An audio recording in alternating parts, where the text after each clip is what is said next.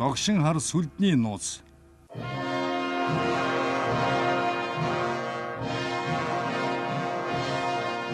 Монгол улсын батлан хамгаалах яамд хадгалагдаж буй. Бүх цэргийн хар сүлтийг цэнгүүлэх ёслол эрт дээр үеэс уламжлагдсан ирсэн бөгөөд үүнтэй хамт ертөнцийн түүхэнд хамгийн агуу байлдан дагууллыг хийсэн Монгол цэргийн түүх, өв соёл, цэргийн урлаг өвлөгдөн иржээ. Чухамхүү энэ догшин хар сүлднээс л игэл Монгол цэргүүд шавхагдшгүй зориг, дийлдэшгүй хүч чадлыг авдаг болов уу гэлтэй.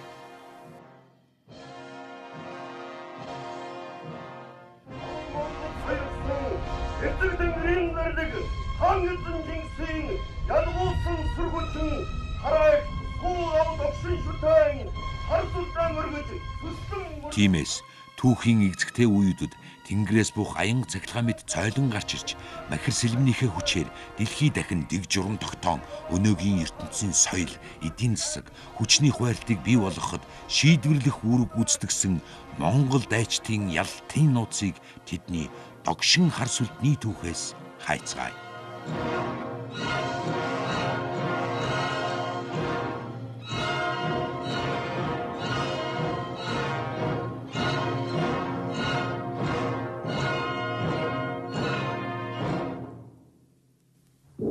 Тэнгэр заяад шаниугаас Тэнгэрийн ташуур Атила хүртэл.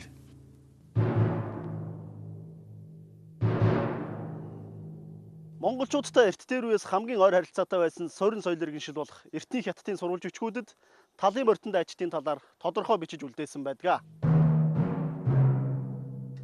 Уулгалан довтлох Монгол дайчдын довтлогоноос хамгаалахын тулд хятадын хэд хэдэн эзэнт гүрний үеийг дамжин баригдсан хориглох байгууламж энэ байна. Өнөөдөр энэ газрыг бид хүний гараар бүтээгдсэн дэлхийн хамгийн том бүтээл болох Алдарт цагаан хэрэм гэдэг нэрээр нь мэддэг билээ. Монгол цэргийн догшин хар сүлдний байлдан дагуултын түүхийг эндээс эхлүүлцгээе.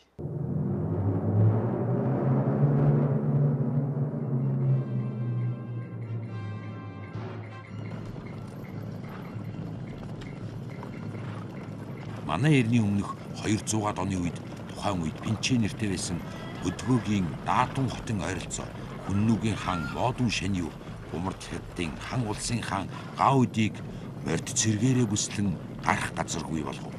Энэхүү бүсэлтийн баруун хэсэг дан цагаан морьтой цэргүүд, зүүн талд алдан морьтонгууд, өмнө талд нь хар, хойд талд нь дан саар морьтой цэргүүд игэнсэн байх бөгөөд тэд адууны дил сүлээр хийсэн хар тугийг залж явах нь хөх тэнгэрт сүр жавхлантайгаар намирч нүүдэлчин дайчдын сүр хүчийг итгэж байсан тухай эртний хятадын сурвалж бичиг шийцид ичжээ.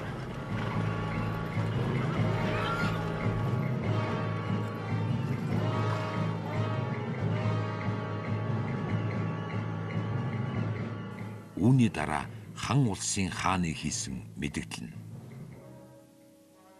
Цагаан хэрэмнээс хойших ном агсагчдын улс нь Шаниугийн зарлигийг дагаж, цагаан хэрэмнээс урагших түшимдийн бүс малгай өмсгөчд суудаг орн нь харин надад захирагдана. Хань улс, үнний улс хоёр бол мөр зэрэгцсэн хүчирхэг хөрш улсууд юм. Энэ бол зэрлэг бүдүүлэг нүүдэлчин овгууд хэмээн үл тоомсорлж ирсэн хойд хөршөө хятадын төр улс хүлээн зөвшөөрсөн албан ёсны мэдэгдэл байлаа.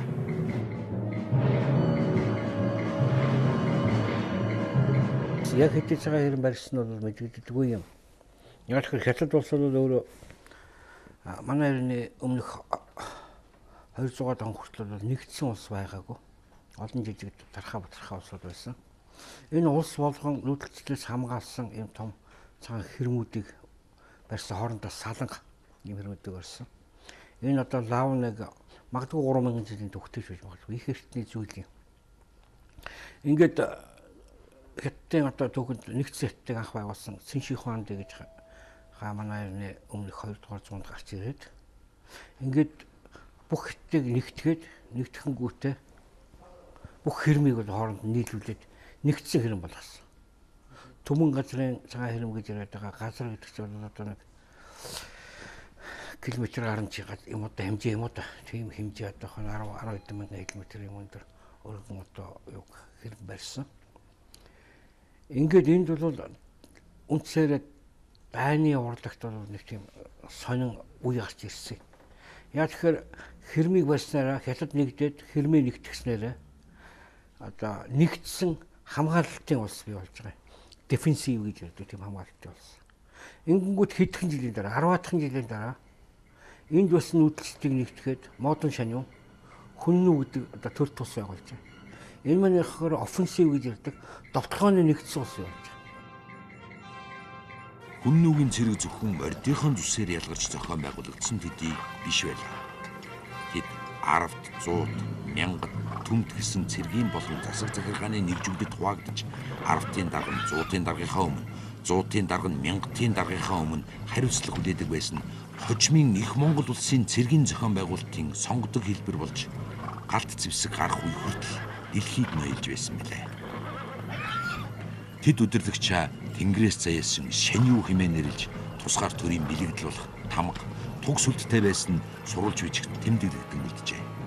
Өөрөөр хэлбэл Монгол цэргийн догшин хар туг тэр үед нэгэн цул болж амжаагүй байсан түмэн газрын цагаан хэрмийн цаадтай намирч түшмдийн дээл малгайднуудыг өвдөглүүлж явжээ.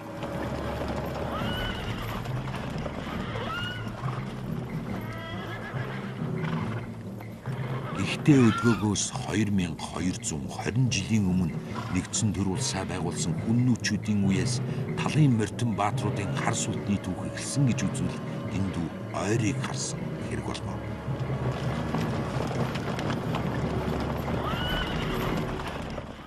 Монгол Америкийн хамтарсан археологийн судалгааны баг 2000 онд Баян-Онгор аймгийн Баян-Нэлэг сумын бичгтийн хад нэмэх газраас одоо эртний нүүдэлчдийн цэргийн түүхэнд холбогдох олон сайхан дурсгалыг олсон. Энэ дунд нэг гартаа одоо малын дил сүүлний хялгасаар хийсэн туг барьсан морь унсан ийм дайчны зургийг олсон байна. За энэ бол одоо Монгол цэргийн хар сүлдний түүхэнд холбогдох хамгийн эртний дурсгал. Археологийн дурсгал бол одоо шинжлэх ухаан танин мэдхийн хувьд их ач холбогдолтой. Энэ дурсгалыг одоо бусад сурвалжтай харьцуулан үзээд эрдэмтдийн судлаачид Монгол цэргийн одоо хар туг, төрийн цагаан туг бол одоогоос 2-3 мянган жилийн өмнөөс уламжилтай. Өөрөөр хэлбэл хүрэл зэвсгийн үеэс эхлээд тал нутгийн нүүдэлчид малынхаа дил сүүлийн хялгасаар туг сүлдээ бүтээж одоо дахин шүтж яжээ гэсэн ийм нэг үлт юм байсан. Хятадын үе үеийн эзэнт улсуудыг айлгаж баруун зүгт Түркистан, зүүн зүгт Ордос хүртэл намирч явсан их хар туг. Хүннүү гүрэн дотоодын зөрчлийн улмаас хоёр хуваагдан сарнисны дараахнаас нэгэн хэсэгтээ чимээ сураг тасрав. Гэтэл 4-р зууны дунд үед тухайн үеийн дэлхийн хамгийн хүчрхэг гүрэн болох Ромын эзэнт улсыг дорн зүгээс зэвсэг агсан морьтон дайчид уулгалан давтж эхэлжээ. Тэд өөрсдөө хүн хэмээн нэрлэх бөгөөд жадны торгон үзүүрийн доохон талын ишинд бараан адууны дил сүүлээс бэхэлж хийсэн туг сүлдтэй аж.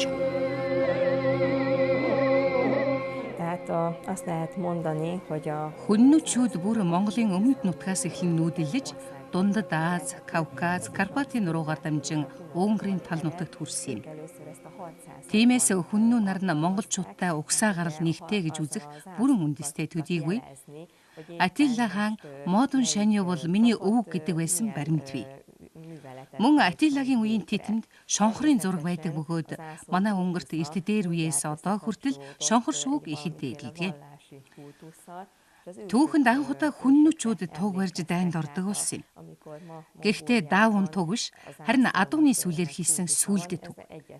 Эзэн хаад жанжнууд байлтахаар мордоход нь туг нь дагдаг байсан. Чухам хүннүүчүүдээс хойш дэлхийн нийтэд байлдааны туг дэлгэрсэн гэж үздэг.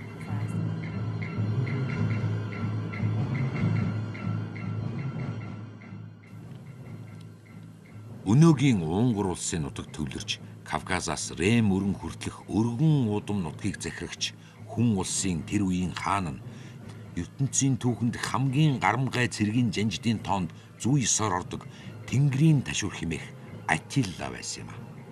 Атилла цэргээ 10-ын системээр зохион байгуулж түргэн маневрлах чадвартай хөнгөн морьт армийг бүрдүүлэн зүүн Европыг байлдан дагуулж эртний соёл иргэншлийн үлгийг Ромын эзэнт гүрнийг задран унахад хүргэсэн нэгэн шалтгаан болжээ.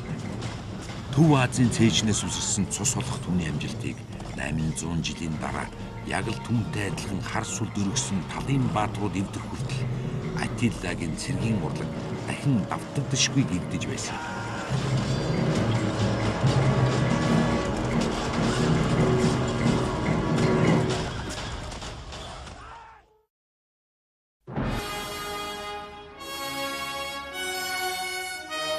Мөнх тэнгэрийн хүчин дор их Монгол улс мандав.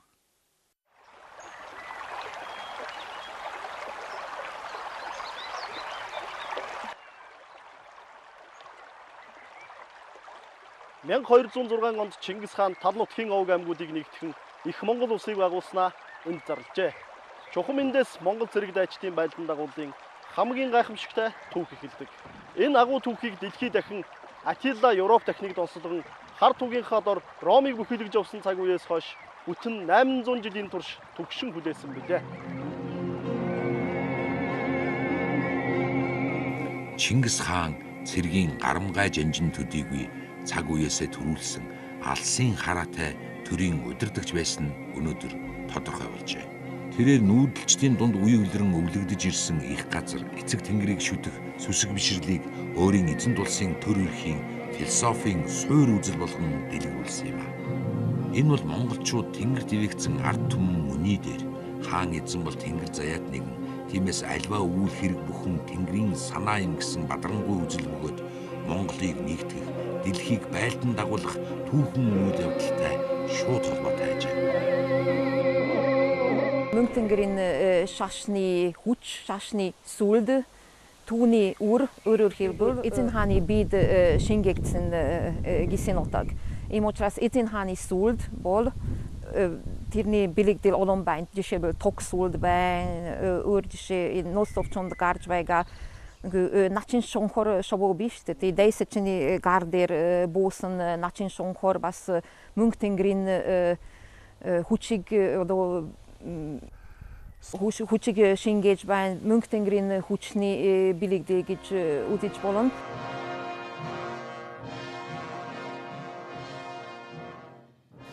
Чингис хааны төр улсад хоёр янзын туг байсны нэг нь энхийн цагт мандуулдаг цагаан азарганы дил сүүлээс дээжлэн авч хийсэн 9 хөлт цагаан туг.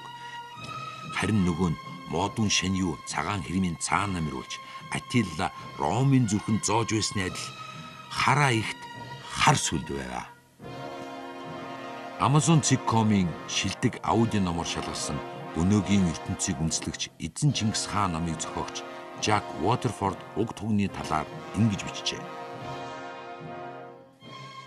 Сүлдэт их туг нь монголчуудын шүтэн дээдэлдэг өндөр хөх тэнгэрийн доорх цэнгэг агаарт ил байх билээ.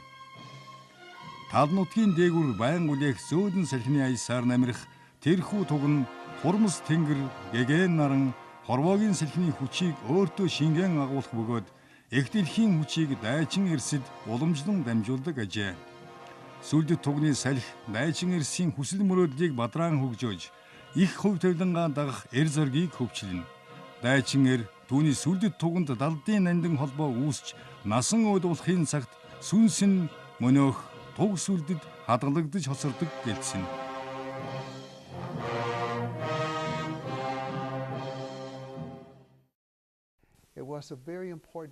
Сүлд бол байгаль дэлхийн хүчийг нэгтгэж илэрхийлдгээрээ маш чухал зүйл юм. Энэ сүлд бол өнгөрсөн түүх бөгөөд ирээдүй. Энэ сүлдийн дор явсан бүх хүмүүсийн өнгөрсөн түүхийг сануулж байхын тулд сүнсийг өөртөө агуулдаг. Энэ бол хувь заяа.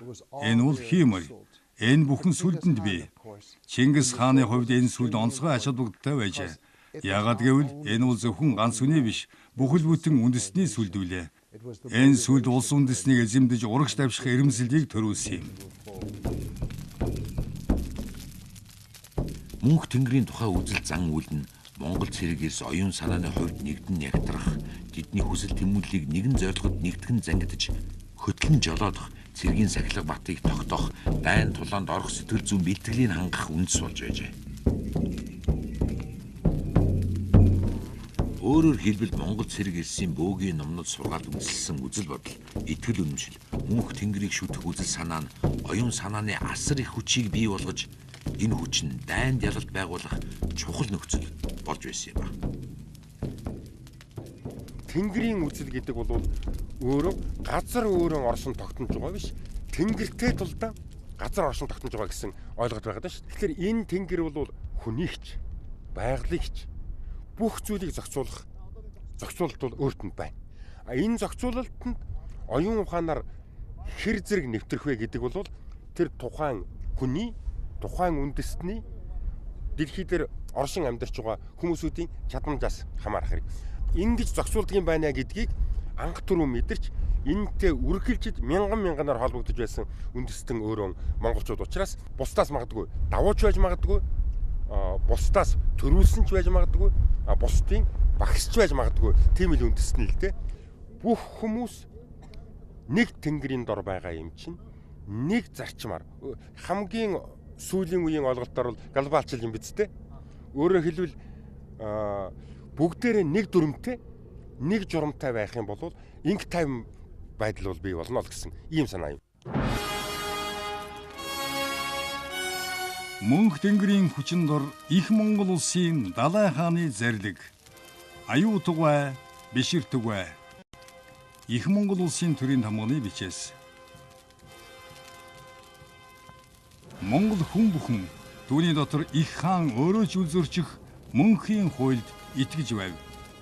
Жахварлал Неру. Монголчууд тэнгэртэл биширнэ.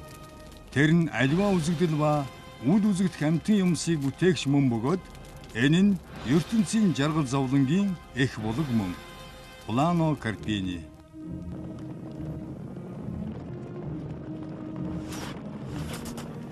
Мэдээж зөвхөн оюун санааны хувьд хүчрхэг байх нь дайн байлдаанд ялах цорын ганц нөхцөл болохгүй нь тодорхой.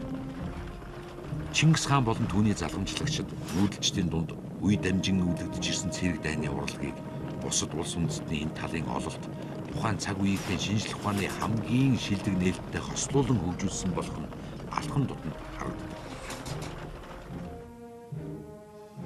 Их Монгол улсын арим зохион байгуулалтын хувьд ардын системийг хэрэглэхийн зэрэгцээ чиг үүргийн талаас хишгтэн буюу хааны торгон цэрэг, хэвтүүл буюу дотоодын цэрэг, таама буюу тагнуулын анги, хилийн цэрэг, инженерийн цэрэг тэр бүх хил хим бактериологийн ажиллагаа явуулах нэгжтэй байсныг судлаачид нэгэнд тогтоожээ.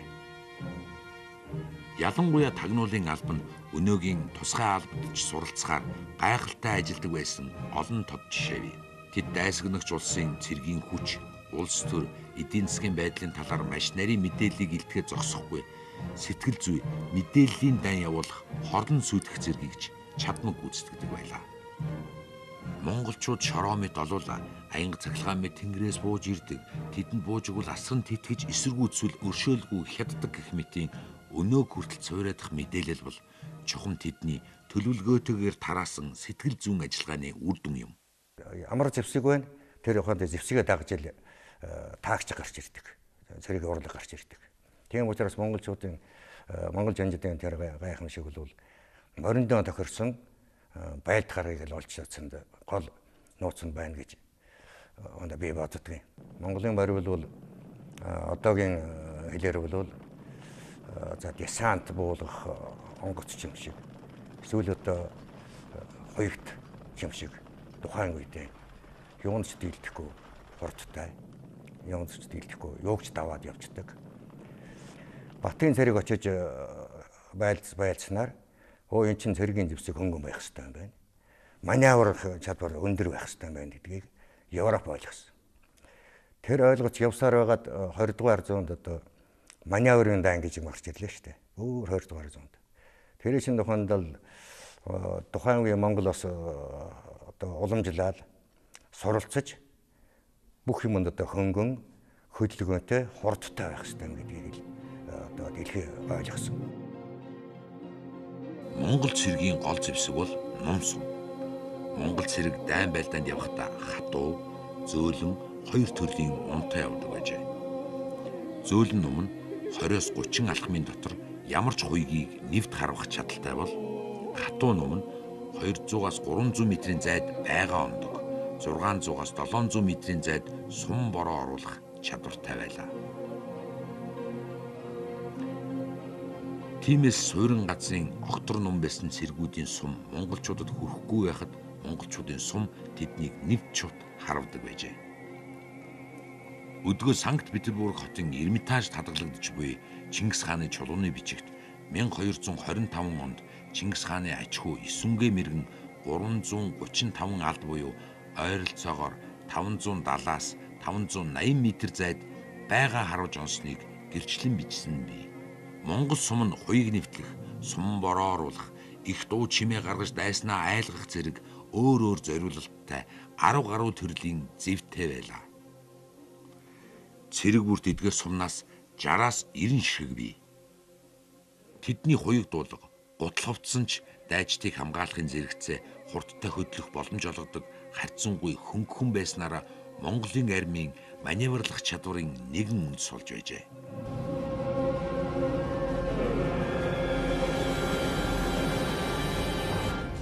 Мөнх тэнгэрт итгэгдсэн үзэл санаа түүний илэрхийлэл бол хар тугийн дор Монгол дайчид Чингис хааны удирдлагын дор Солонгосоос Иран, Ангар мөрнөөс цагаан хэрмийг хүртэл өргөн удам нутагт их баг 40 гаруй улсыг байлдан дагуулсан билээ. Хожим түүний залгамжлагчид нь энэ их гүрнийг Африк, Европ хүртэл өргөтгөн далайн чанд дах газар орныг тагнан судлах болно.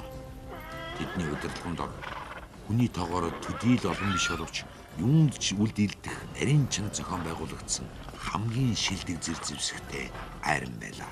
Оросын судлаач Григорий Козлов тэднийг яагаад ч юм дундад зуунд очиж гисэн орчин үеийн айран хэмээн дүнсэн байдаг.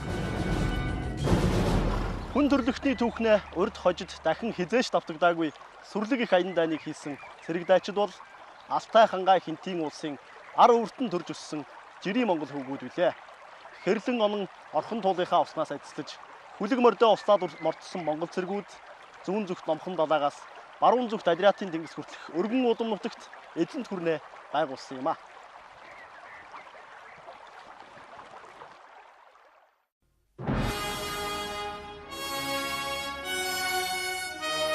Арс үлдэт Мортинбаатрууд умард зүгт 1221 он их хуралтай хуралдаж умар зүг зүгтэж оцсон Хорезмийн хаан Мухаммед султаны хөөж устгах байлдааны ажиллагааг явуулахаар шийдвэрлэлээ. Энэ даалгаврыг биелүүлэхийн тулд Монгол цэргүүд өмнө нь хөл тавьж байгаагүй нутаг оронд нэвтэрч Орос Кипчакуудтай тулдах шаардлагач гарч болохыг заншлаачид буюу тагнуулынхны мэдээ илтгэж байлаа. Ажиллагааг насан туршдаа их баг 60 тулдаанд орохдоо ялагдлэгчийг үзээгүй цууд жанжин Сүбэдэ болон Чингис хааны хүзүүг харан шархтуулсан ч хаан эрдэм чадлын үнэлэн өөрийн жанжнаа болгосон зэв нар удирджээ. Орос Кипчакийн вангууд нэгдэн хүчирхэг армийг байгуулж газар нутагтан цэргийн ажиллагаа явуулж байгаа монголчуудыг тосон байлджээ. Өөрсдөөсөө хэд дахин хүчтэй дайсантай тулгарсан Монголын цэргийн баг тэдэнд ялагдсан дүр эсгэж 9 хоног ухарсны эцэст 1223 оны 5 дугаар сарын 31-нд Калька голын хөвөнд шийдвэрлэх тулдаанаа хийсэн байна. Чухам эндээс Монголын эзэнт хүрний байлдан дагуулын төдийгүй Оросын түүхийн нэгэн шинэ хуудас эхэлдэг.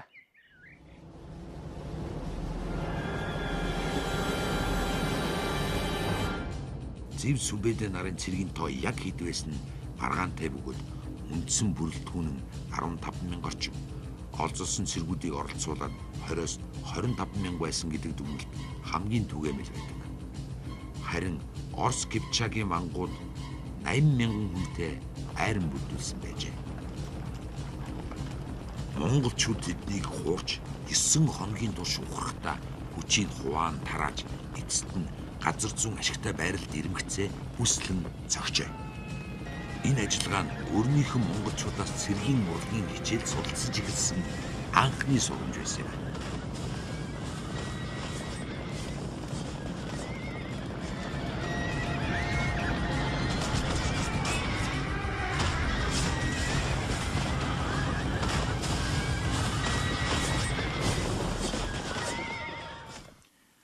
Калька голын иргэдээр болсон үйл явдлаас хойш 14 жилийн дараа буюу 1237 онд Чингис хааны ууган ач Бат хаан Алтан ордын улсаа байгуулахаар баруун зүг хөдлөхдөө Орос орноор дайраад гарлаа. Түүнтэй хамт өмнө нь энэ нутагт ирж байсан Сүбэдэ дутуу үлдээсэн ажиллааг үзээхээр иржээ.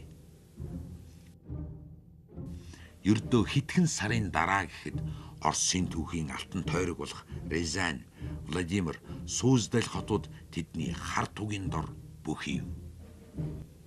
Владимирийн цайзын алдарт 7 хаалганаас үлдэж хоцорсон цорын ганц алтан хаалга тэнд болсон үйл явдлыг 770 гаруй жилийн турш Оросын ард түмэнд сануулan оршсон.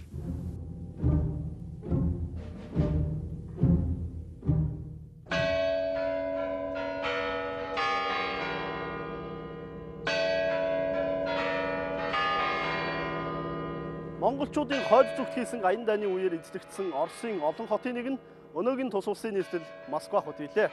Тухайн үед тус тусдаа оршин тогтнож өөр өөрийн гэсэн нийслэлтэй байсан олон вант улсууд Бат хааны хар тугийн дор нэгдэж Алтан ордын улсын бүрэлдэхүүнд багтах болсноор Оросын өргөн удам газар нутагт нэгдмэл хүчирхэг төр тус бий болох эхлэл тавигдсан гэж түүхчид үгэндэг. Оросыг монголчууд нэгтгэж өгсөн тухайд гэвэл инхэн алба гүвчүүрийг төвлөрүүл суглуулахад илүү тохиромжтой байсан учраас Алтан ордын хаад чимээгүйхэн дэмжиж байсан хэрэг. Оросд нэг л их он байж бүх татварыг хурааж өгдөг. Ер нь Оросын хэрэг явдлыг хариуцдаг байх нь амар учраас тэднийг ихээхэн эрх мэдэлтэй байлгажээ. Эхлээд Владимирийн дараа нь Москвагийн их вангууд энэ үүргийг гүйцэтгэж нэг мэдэхэд Москвагийн хаан улс бүрэлдэж улмаар Алтан ордын дараах Казань, Астраханийн зэрэг хаан улсуудыг өөртөө нэгтгэж эхэлсэн. Орос улс Монголын эзэнт гүрний туршлагаас маш ихийг авч нэвтрүүлсэн байдаг. Юуны өмнө төр эрх зүйн зарим уламжлалыг нэрлэх хэрэгтэй. Тухайлбал эзэнт улсын хүчтэй төрийн зэрэгцээ хязгаар нутагт өөрөө удирдах ёсыг тогтоож байсан. Өнөөдрийн холбооны улсын тогтолцоо бол Монголын эзэнт гүрнээс үүдэлтэй.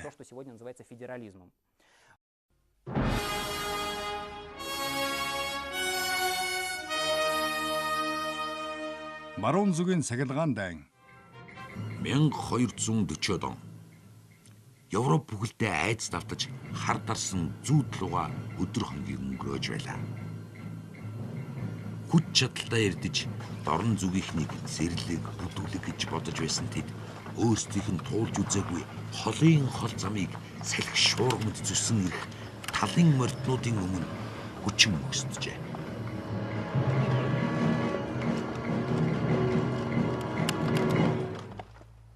Бат хаан тэргүүтээ Алтан ургийн 13 ханхүүгээр удирдуулсан Монголын их зэрэг Европт ирэхдээ ямар нэгэн аян дан хэлгүүгээр шулуухан явхад л 9000 шахам километр үргэлжлэх замыг мориороо туулж нийтдээ 10 гаруй улсыг асар богино хугацаанд байлдан дагуулсан байдаг.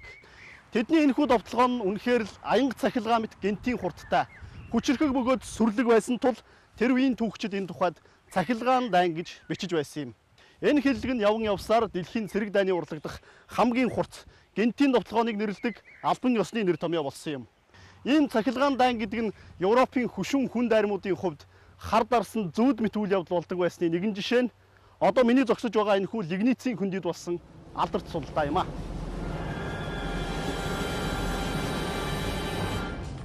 (1241 оны 4 сарын 9 Лигниц хотын ойролцоо Польшийн хаан Генрийн удирдсан Польш, Герман, Францын хамтарсан 30 мянган хүнтэй рицарийн арим монголчуудын довтлогооныг зогсоохоор тосон байлдлаа.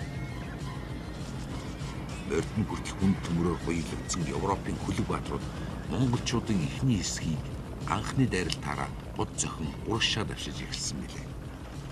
Анхны сэтгэлдээ хөдлөгдсөн рицарууд humгүй зүгтаасан монголчуудын хойноос морины хурдаараа хөөж эхэлсэн боловч бодлого таан хөшгөн дунд явж орон хоорондоо тасав. Тийм ээ, энэ бол монголчуудын гарамгаа эзэмссэн тактикийн өрх байсан.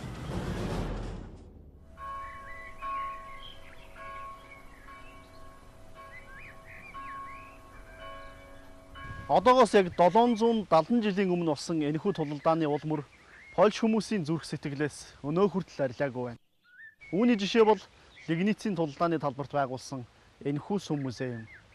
Энэ музейн шалан доор монголчуудын эсрэг Польш, Герман, Францын армийг нэгтгэж зоригтойгоор тулалдаж явсан Генри хааны булш байдаг.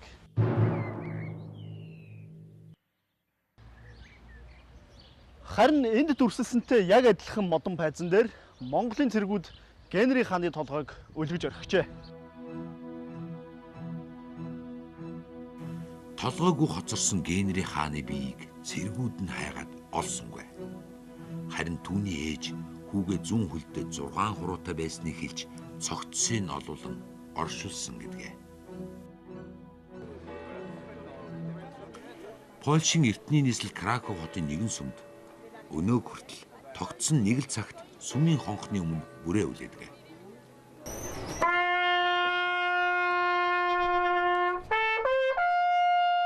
Ингэхдээ бүрээний дунд гинт тасарч дуустдаг заншилтай. Энэ бол монголчуудын дайралт ирж байгааг хотыгондоо мэдэгдэн бүрээ үлээсэн хонхчны дурсгалыг хүндэтгэж байгаа хэрэг. Тэр хонхчонд юу тохиолдсон бэ гэж үү? Тэрвэр Монгол харваачийн мэрэгэн сумд хоолойгоо тас харуулсан тул бүрээний дунд эхэлсэн даруйда гинтхэн тасарсан гинэ. Лигницэд цууд ялд байгуулсан цэргүүд нь Батхааны армийн нэг л жигүүр байлаа. Энэ жигүүрийг Байдар Хайдуу нарын ноёд удирдах байжээ. Харин Батхан өөрөө энэ үед Унгарын нутагт эртний өст күн овгийн нүүдэлчдийг элдэн хөөж авлаа. Тэднийг оргнуулсан Унгарын хаан Билад Батханаас бичсэн захидалд би мөнх тэнгэрийн ивэл дор дагаар оргостыг өршөөнд итгэнэ. Харин эсэргүүцэгчдийг дарна. Бажаар хаан та олон зэрэгтэй Баян Чинэлэг улсын хаан гэдгийг мэднэ. Гэсэн ч та хүн нарыг даган надтай бүү сөргөлд гэжээ. Гэвч 4-р байрлаа түүнтэй сөргөлдөөр шийджээ. Улмаар 1241 оны 4-р сарын 11 буюу Лигницийн тулалдаанаас ердөө 2 хоногийн дараа Шаяа голын хөвөнд яг энэ газарт шийдвэрлэх тулалдаан болжээ.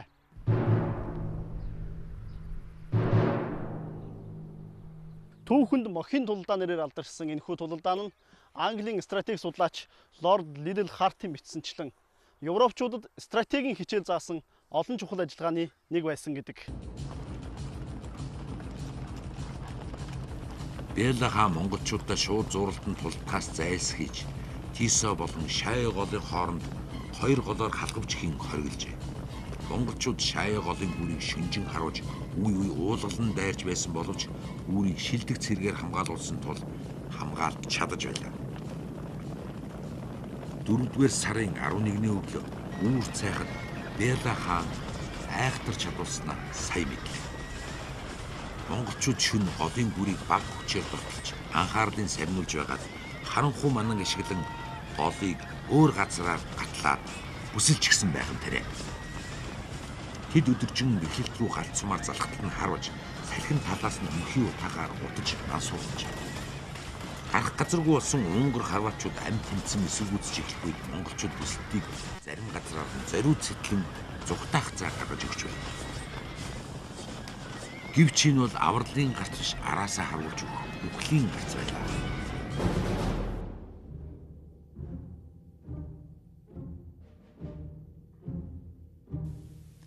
Бэла хаан Генриг удвал азтай байжээ. Тэрээр 65 мянган хүнтэй армаа бод цохилсон ч гэлээ. Өөрөө зүгтаан гарч Дунай мөрний ирэг дээрх өнөөгийн Будапешт хотын ойролцоо Эстрагом хэмээх цайзад бүүжээ.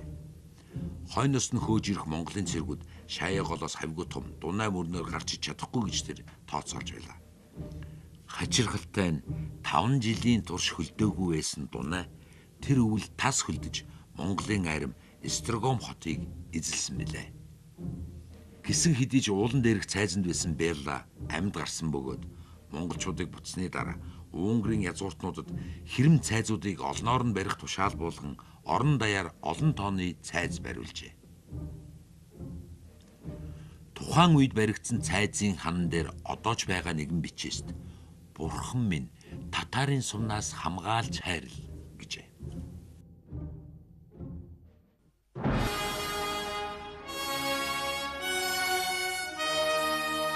Өмнө зүгийн байлдан дагуулалт. Аз Европ твийг дамнан оршиж байгаа өнөөгийн Турк улсын газар нутг нь Монголын эзэнт гүрний баруун өмнөд хязгаар байсан билээ. 1243 оны 7 дугаар сард Энтхийн Коседа нэртэй ууланд болсон үйл явдал нь энэ бүс нутаг дахь Сэлжүкийн султанатын мөхөл Монголын ил хаадын 200 шахам жилийн ойрхлын эхлэл болжээ.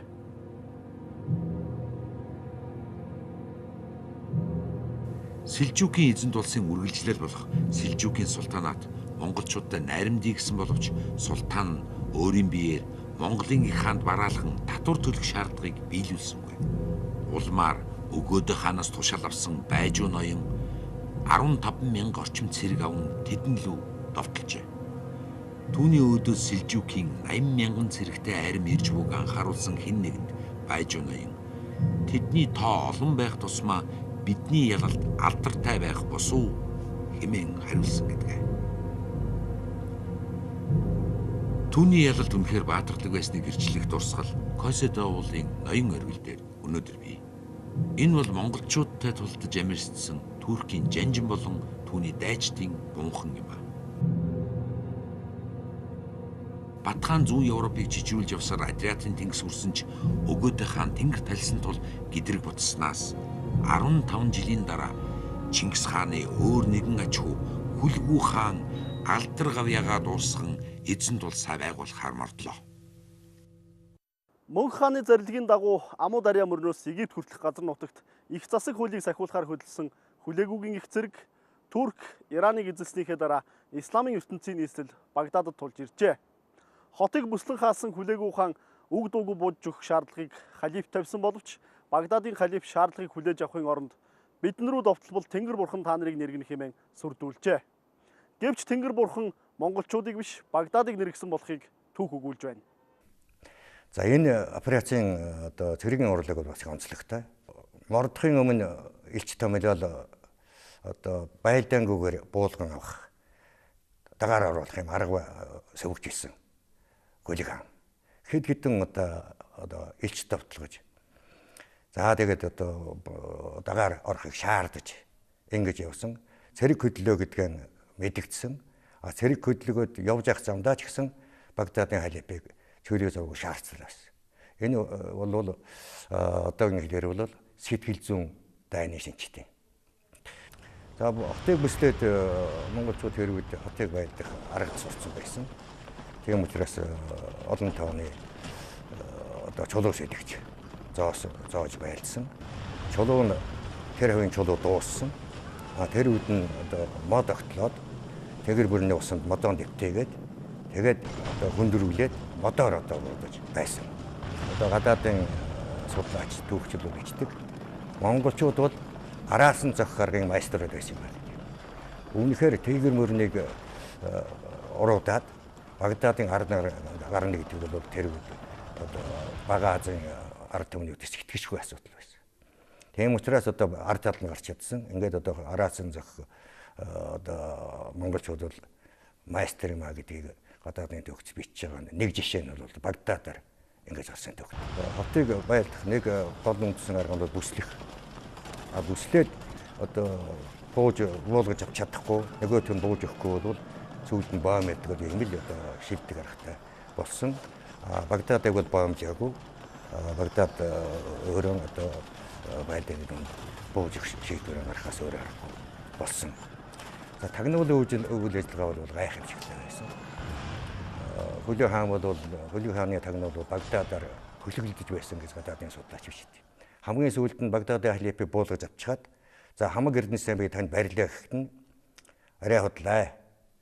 Нуусан эрдэнэсээ гарга гэж. Алхимийн айхтай бол одоо хайдипс нь бол гаргаж өгөөгүй. Тэгвэл тэнд байгаа эрдэнэсээ гаргах гэж Хүлээг хаан зааж яасан байт. Тэгэхээр бол Багдадыг бол Монголын тагнуул бүрэн эзэлсэн байсан. Ийм нэг тод онцлог Багдадын дайсан операцаар гардаг. Баруун зүгт хийсэн Хүлгүү хааны их аян дайны дараагийн чиглэл нь Египт байлаа.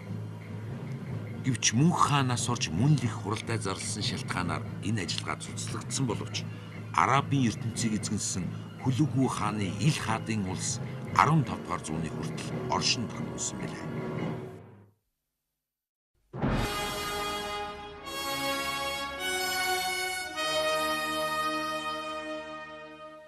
Хар сүлд наран ургах зүгт. Мөнх хааны дараа их хааны сэнтэд заларсан Хувлаас эзэн хаан нүүдэлчдийн хэдийн зориг болж ирсэн Хятад орныг бүхэлдэн эзлэх ажлыг үүсгэсэн төдийгүй Хятадын ард түмний мөнхийн хүслэн болсон нэгдмэл нэгэн Хятадын төрийг бүтээгч гэж түүхэн тэмдэглэгдсэн нэг. Түүний хаанчлалын үед их Монгол улс хөгжил цэцгэлтийнхэн хоригдолд хүрчээ. Энэ үед өрөнд орныг холбосон торгоны замаар худалдаа арилжаа төдийгүй соёл иргэншил, шашин, технологи, мэдээлэл чөлөөтэй урсч хүн төрөлхтний хөгжилд түүхэн том дэвшлүүд гарч байсан юм а.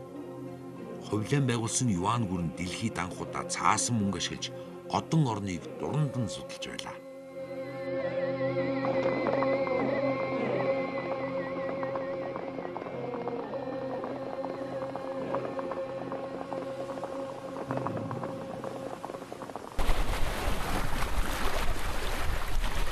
Чингис хааны үеэс сүр хүчээ дахин гайхуулж 408 зохист зогсохыг үл мэдэн довтлогож эхэлсэн Монгол цэргийн хар сүлд Хувилай хааны үед номхон далайн хөвөөнд тулж иржээ. Хязгааргүй мэт тэлэлзэх энэ их усан далай тэдний сонирхлыг юугаараа татах болов. Учир нь өөрсдийгөө дэлхийн дахныг нэгэн тугийн дор нэгтгэх Тэнгэрийн зарилгийг биелүүлэгчд гэж сандаг монголчуудын хувьд үүнээс цааш газаргүй гэж хэлэх нь хангалтгүй санагдан түүний цаана нар хаан мандаж байгааг очиж үзэх хүсэл төрсөн бизээ. Их далайн цаана орших улсуудтай харилцахдаа Хувилай хаан юуны өмнө байлдахыг бодсонгүй. Бат хаан Европчуудад Хүлгүү хаан Багдадын халифт илгээсэнтэй адил Тэнгэрийн зарилгийг дагаж бидэнд дагаар ор гэсэн бардам үгтэй аюу тугай бишэр түгэ гэсэн тамхтай загтлыг эхлээд илгээжээ. Юан гүрэн дипломат харилцаа тогтоохын тулд Япон руу элч явуулсан байдаг. Гэтэл Япончууд юан гүрнийг бус харин түүнээс урагш байсан өмнөд сүм улсыг хууль ёсных гэж үздэг байжээ. Бас Монголын элчийг цаазалсан. Үүгээрээ олон улсын харилцааны хэм хэмжээг зөрчсөн гэж үзэж болно. Чухам ийм учраас Хувилай хаан 1274, 1281 онуудад 2 удаа Японы ардууд руу усан болоод хөдлөгсөн юм.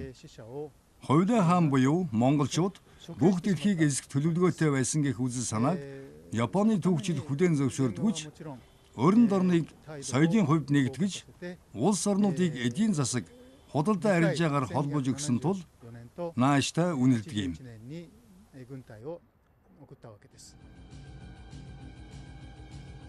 Хувилай хаан 1268 онд Солонгосыг эзэлснийхээ дараа 1274 онд Японы Кюшю арлын Хаката тэнгисийн болонд десант болгож байжээ. Анхны довтлогоо амжилттай болж цэрэг эрс амарч байх яг тэр мөчид далайн шуурга дэгдснээр хөлөг онгоцнууд живэн сүрж 13500 хүний амь эрсдсэн гэдэг. Хэдий хохирол амссан ч Хувилай хаан дараагийн довтлогоонд бэлтгэн 4400 хөлөг онгоц болон 142,000 Монгол, Хятад, Солонгос усан цэргүүдээс бүрдэх асар том тэнгисийн цэргийн флот Хятад Солонгосын боомтуудад төвлөрүүлв. Испанийн цуутай усан флот дөнгөж 130 хөлөг онгоц 27500 цэрэгтэй байсан гэд бодохоор Хувилай хаан үнэхээр хүч хэрхэг байжээ. Ийхүү Хувилай хаан урд хожид дэлхийн түүхэнд байгаагүй аврах том усан флотыг байгуулан номхон далайн хүч чуурганд догшин хар сүлдээ намируулсаар хөдөлжээ. Өөх тэнгэр дэвээгдсэн хар сүлдний хүч энэ удаа түүнийг ивээх хэсгийг тэр үл мэднэ.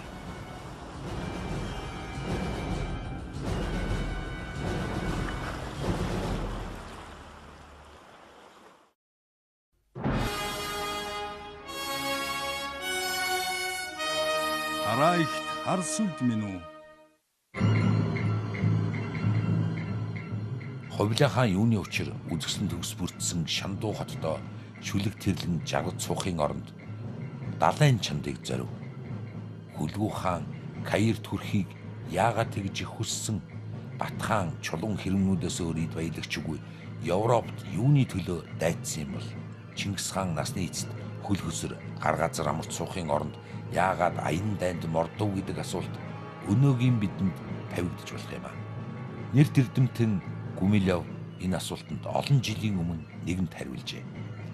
Агваа их хүсэл зориг өвлж зүрх сэтгэл эдис ихэн гүнээс далдын их хүчийг мэдэрсэн аливаа хүмүүн төдийгүй улс үндэстэн бусдаасаа цойлон гарч гайхамшгийг бүтээх нь зүй ёсны үйл явц байлаа. Ийм оргилсон их тэмүүлэл дэврэн гарах хүч чадлыг доктор Хүмүлэв ориглох хүч буюу пассионар шинж хэмээн тодорхойлсон байна. Харин монголчууд үүнийг мөнх тэнгэрийн ивэл хэмээн ойлгодог. Ориглон гарах их хүч чадал нь мөнх тэнгэрийн хүч өгөөд энэ эрчмийг нэгэн зорилгод чиглүүлэн дуудаж туг сүлдэн намирдаг гэдэгт тэд итгэдэг.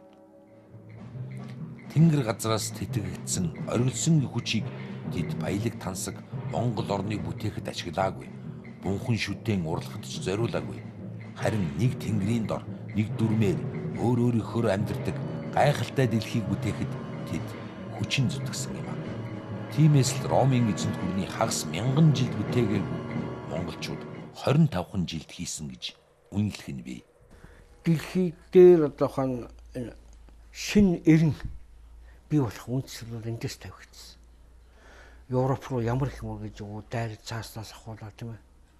Энэ болгоны бүтээгчд нь бол нүүдэлчд биш. Агт дамжуулагчд нь нүүдэлчд байсан. Амон Европоос Арабаас ингээд энэ бол ангаах ухаан одон орно гэдэг маш их олон юмнуудыг бол ингээд авчир солилцуулсан. Энэний үндсэн дээр хүмүүсийн төсөөлөл дэлхий бол ийм том агуу юм. Цаашаа бол улам их одоохон шинэ газар орон бол нээж болох юм гэсэн ойлголтууд бий болсон. Энэ астрономийн тухай, одон орны тухай ойлголтууд шинээр бий болж эхлэнгүүт тэнгэр гарагийн тухай цоо шинэ ойлголтууд бий болж ингээд нөгөө Галилеийн эрен гэдэг цоо шинэ ойлголт шүү дээ. Тэрний дараа Ньютоны эрен үйлдвэрчлийн явсгалт гэдэг юм. Энэ том эрнүүдийн үг хийсэн. Тийм учраас энэ бол дэлхий дээр шинэ дэг журам тогтоосон гэж. Эсвэл шинэ эрнийг бий болгосон. Ийм одоо шинэ үүр цайх одоо эхлэлийг тавьж өгсөн. Ийм одоо сайн талтай. Чингис хааны үлдээсэн гол өв бол дэлхийн ертөнцид шинэ үзэл санааг авчирсан явдал юм. Юуны өмнө олон улсын харилцааны эрх зүйн зарчмуудыг тогтоосон. Үүнийг дэлхийн ертөнц хүлээн авахд бэлэн биш байсан ч Чингис хаан хэрэгжүүлж чадсан. Элчүүдийн халдшгүй эрхийг бий болгосон. Эмэгтэйчүүдийн эрх, шашин шүтлгийн эрх чөлөөгч эрхэмлэх болсон. Орчин үеийн ийм зарчмууд Чингис хааны цаг үе жинхэнэ хувьсгал байжээ. Гэтэл өнөөдөр олон улсад шашин шүтлгийн эрх чөлөөг хангахад бэрхшээл учирдаг. Эмэгтэй эрхтэй хүмүүсийн тэгш байдал зөрчигддөг. Ээлж дипломатуудын халдшгүй эрхийг хангах явдал ч асуудалтай. Чингис хааны үлдээсэн өв агуу юм. Бид тэр өвийг судалж, тэр агуу хуйлуудыг хэрхэн бүтээсийг мэдж, тэр бүхнээс суралцах ёстой. Дэлхийн түүхэнд бол энэ хэмжээний одоо том байлдан дагуулт хийсэн их гүрэн байгуулсан цөөхөн ард түмэн байна. За дээр нь ийм түүхэнд үлдчтэй уул мөртэй ийм байлдан дагуулт хийсэн ард түмэн бас төдийлөн бөөрч ховор. Ингээд яг энэ дээр бол олон талын тайлбар байгаа. Мэдээж хэрэг альва их гүрэн өнөөдөр үүсгэхэд бол тухайн үеийн цэргийн зохион байгуулалт. Энэ үнэхээр Монголд хамгийн сайн байсан баг. Тухайн үеийн цэргийн чадвар, ур чадвар, төсвөр хатуужил. Үнэхээр Монгол цэрэг хизээнэ л одоо ийм төсвөр хатуужилтай, ур чадвартай. Тухайн үеийн цэргийн жанжны одоо гайхамшигт ур ухаан, тухайн үеийн төрийн удирдагчдын одоо ур ухаан энэ бүгд бол нөлөөлдөг. Дээр нь зэр зэвсэг, хөдөлгөөнд чадвар одоо Монгол морь гэдэг бол хамгийн хөдөлгөөнтэй. Ингээ үзэхэд бол тэр бүгд нь энэ одоо их гүрнийг энэ их байдан дагуултын одоо жинхэнэ одоо учир шалтгаан байж үг гэхээр бас миний хувьд бол дутагдaltaй тайлбар гэж үздэг. Тэгэхээр энэ хэмжээний агуу их одоо түүхийг бүтээхэд тэгэхээр агуу их үзэл санаалж чадна.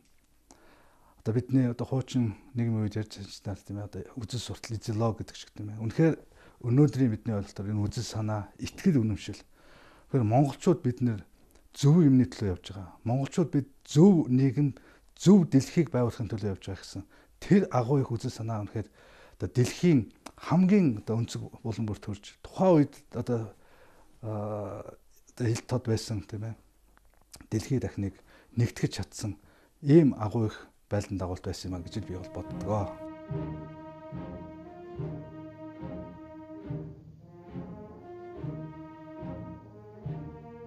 Хар сүлдний хүч Монголын цэрэг дайчдыг үеийн үед ивент итгэн ирсэн болох нь Монголын зэвсэгт хүчний шинэхэн түүхээс тод харагдаж байна. Тэнд 1911, 1921 онуудад эх орноо харийн дайснаас чөлөөлөн тусгааруулсаа тунхаг гэлсэн бол 1939 онд газар нутаг хүн ардаа хамгаалan хан Хэрэммэд бат зогсож чадсан. 1945 оны чөлөөлөх дайнд хар тугаа өргөн оролцсноор хүн төрлөختөнд ялалтыг авчирлсан. Ингэж Монгол улс дэлхийн 2 дугаар дайнд ялагч гүрнүүдийн нэг болсон юм. Дэлхийд дэг журам тогтоох үүрэг хариуцлага өнөөдөр ч Монголын цэрэг дайчдаас холдоогүй. Ирак, Косово, Чад, Сиерра-Леонд инхийг сахиулсан монгол цэргүүд энэ мөчид Афганистанд, Суданд үүргээ баатарлагаар гүйцэтгэж байгаа билээ. Халирм хүнд цагт халуун цэгүүдэд аян голон цагилж тэнгэрийн хүслийг биелүүлэх нь монгол дайчдын өнөхийн тушаал гэлтэй. Монгол цэрэг бол ард түмний цэрэг мөн. Монгол цэрэг бол тусгаар тогтнолын цэрэг мөн. Монгол цэрэг бол дэлхийн цэрэг мөн.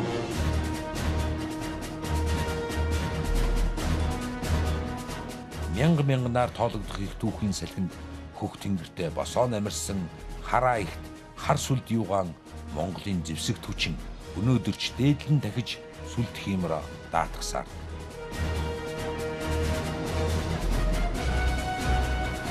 Уг үндэсээ ухаарч туг сүлдээн тагсан монгол цэргүүдийн нүдэнд хүч чадлын гал дүрлзэж байна.